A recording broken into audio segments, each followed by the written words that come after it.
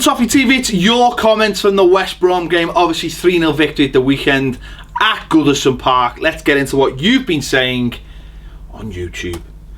Simon Austin says, thought Barkley was boss today and ran the game. Sneijderlin was great. Rom could have had 2 or 3. Good to see Calvert-Lewin fit again and did decent when he came on. But Baz Ped, do you think we missed the trick with Nias? Got 4 goals in 8-9 appearances in all competitions. Let's start from the top. Barkley was good today. Sneijderlin, good the weekend. Sneijderlin was great. Good that Calvert-Lewin got brought on as a sub. Obviously, you've seen Valencia on the bench. He scored last week, but brilliant that he came on first. But Nias, no, I'm not really asked about Nias one bit.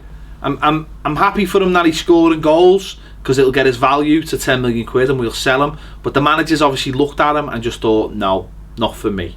I mean, I think he was on the bench anyway for Hull at the weekend, so it happened, didn't it? It happened. I'm not asked. Sil says, feel sorry for West Brom fans having to put up with that Pulis garbage every week. Yeah, they were very, very negative. If Tony Pulis was as positive about football as he is about cleaning his trainees, they'd be a top 4 side, because his trainees are immaculate, absolutely immaculate. But they had to come and beat us, and they didn't even look one bit interested about beating us, which was very, very strange. Slightly confused about that. Jason Smart says, I thought we were really professional today. And how many games in the last 2 or 3 years have we thrown away when we haven't been? Got that 2 goals, then slowly killed the game off and completely controlled it. Big 3 points.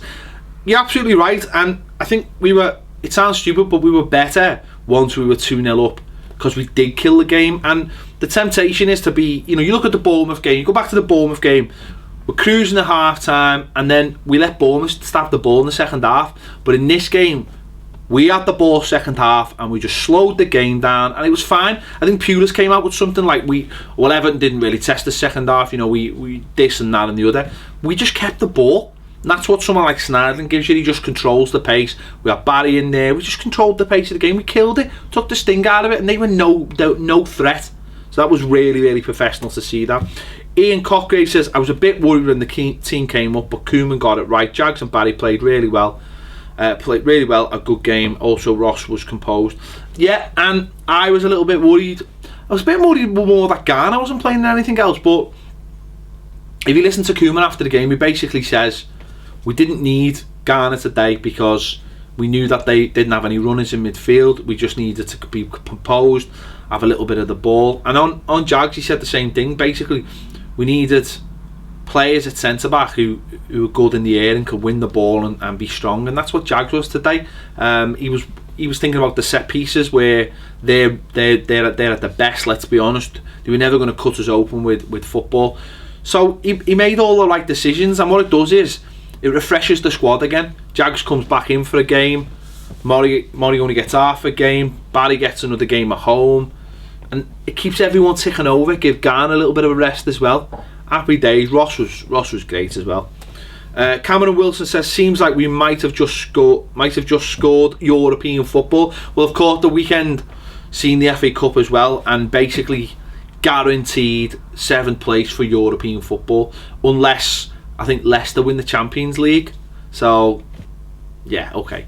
But then it's up to us to keep 7th place, isn't it? But no, the best way to keep 7th place, get 6th place. That's the best way to keep 7th place.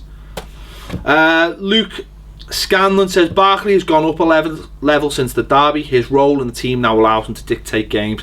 Yes, again, the manager said this. Doesn't want to see him on the halfway line. He wants to see him in the danger areas. He's sort of playing off the right now, but having the freedom to go anywhere he wants, because you've got Seamus Coleman who's going to run all the way up the right and become a right winger. So Ross has got the ability to go anywhere where he wants on the pitch. You've seen, he set up the first goal while having a shot. The 3rd goal he's created, people don't know what to do with them. They don't know where to run with them. They don't know how to pick them up.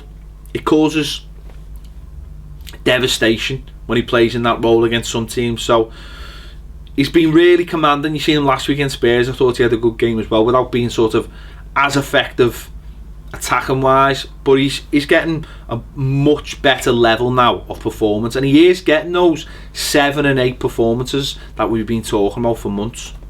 James Dunlop says, very happy with the win. Koeman got it right this week than last week. Barkley was outstanding. Lukaku was involved more and bringing others into play. Surprised that West Brom were so defensive when they needed a win more than us. Happy in the end though. Hope for the same next week against Hull. Come on, you Blues. Yeah, I thought Rom's hold-up play was brilliant. You know, you see him for the first goal, you see it for the second goal, and obviously he gets the third goal. A lot gets spoke about him, but when people are giving him the ball when he's on the run, he's a different animal, and that's what they did. Certainly for the second goal, his hold-up play for the second goal is absolutely top draw, because he's not static. When you give him the ball when he's static, I think it's harder for him. Then his touch can be heavy. It allows the centre back to nip in, but when he's on the run, the centre backs don't know what to do with him. I mean, you've seen the second half when he got brought down quite cynically on the edge of the box. No, he was outstanding. Hull will be a different case next week, because they will come to try and win the game. I think that'll be the difference next week. That might be better for us, obviously, but West Brom didn't show any intent to win the game, which was very, very strange. Mr. YouTuber 001 says, Pulis thinks long term he wouldn't have taken a goalless draw from the offset and hoped Everton drop points over the remaining 10 games. That being said, it was a massive 3 points against a god-awful style of football. The majority of their goals come from corners and we more than matched them. Pulis comments after the game, well, what can you say? Rogers, disinguishes, odious, on all the Latin words. Baz is looking at me like I'm mad here. Just plain stupid. Listen, Pulis, he's got one trick, and it's making trainees really, really white, and he does it really, really well. How many times can you rehash a joke? Loads of times. I don't get what West Brom were doing. I honestly don't get. And you're probably right. He's probably thinking, if we nick the draw, then maybe some down the line we could make up the 4 points. Well, now he's got 7 points to try and make up. See what happens. Kyle Dunn, superb performance by us. Was a bit unsure about Barry and Jags being included when I heard the team, but they done well. Probably helped with West Brom being very reluctant to attack though. Thought Barkley done well. Again, we must keep improving. Also great to see Koeman giving the players a bollocking on the touchline when we had that little spell when we fucked around with it in our own half. Now to push on and hopefully be 10 points clear of 8 going into the international break, with us having Hull next weekend and West Brom having Arsenal. Yeah, I think that's a really good point, because if we can be 10 points clear of West Brom going into the Man United and Liverpool game, I think that'll allow us to be a little bit more attacking and go after those games, rather than maybe thinking we'll try and grab a point here and being all moist. I think having that clear gap he might think, you know what, don't have to worry about that, let's go after 6 now. And how do we go after 6? By beating the teams in those positions, starting with Man United. So really, that could be a really interesting going into those games. Yeah, West Brom were awful and Jags and Barry were outstanding. Dean Struth says, well done the Blues, who's going to lose their place in the midfield next year with new signings, because they're all playing great. Listen, we spoke about this before. It's not about who loses the place. It's about, let's make sure we're in 4-5 competitions next season, so all those players get plenty of game time. Players are only unhappy when they're not playing, but if they're playing the Europa League and then maybe they sit out and they come back in, and then maybe they're back in and then they sit out, they're not. The point about this team is that we get a strong down the middle and listen, I'm not arsed. I don't care who's not playing. Stop worrying about name on the back, and it's all about the name on the front. That's the main thing. I'll just worry about putting an I in there and taking the E off the end. Yeah, don't worry about that either, Baz. Don't worry about the spelling. That's up to Joe, and if Joe wants to keep his job, which he's handsomely rewarded for, then he's just taking whatever. Stop criticising spelling with your critical chair over there, Baz. Critical chair. He sits in a critical chair. He stares at me for the whole time I do this. No, who's Arsenal? Who's playing? It's about having the best players, them all playing well, and the competition. Look at the midfield at the moment.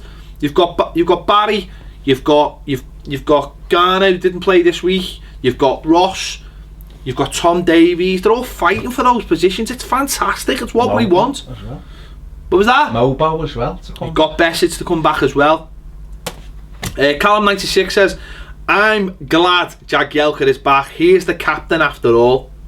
Doesn't really matter if he's the captain. It doesn't matter who's the captain. There should be 11 captains. Not necessarily could happen because it'd make the kick-off really long as they shook. Yeah, so that can't happen. But Jags did well. Jags did really well when he came back in, so good luck to him.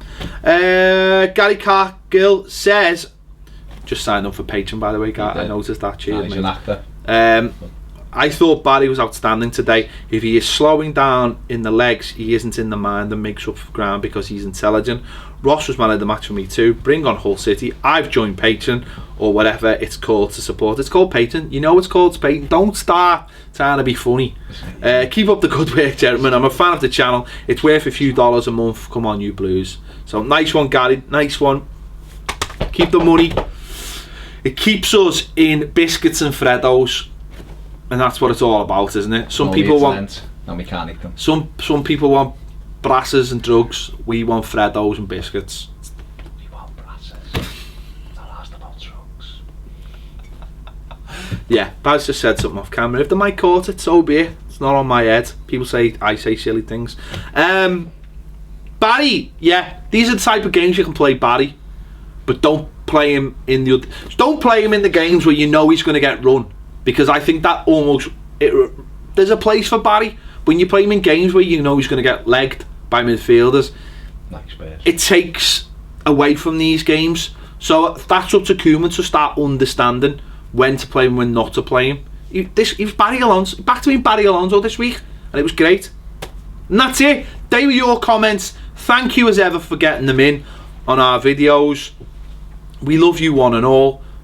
The one, yeah, and we're still on YouTube as well. We're still here on YouTube. We haven't gone anywhere.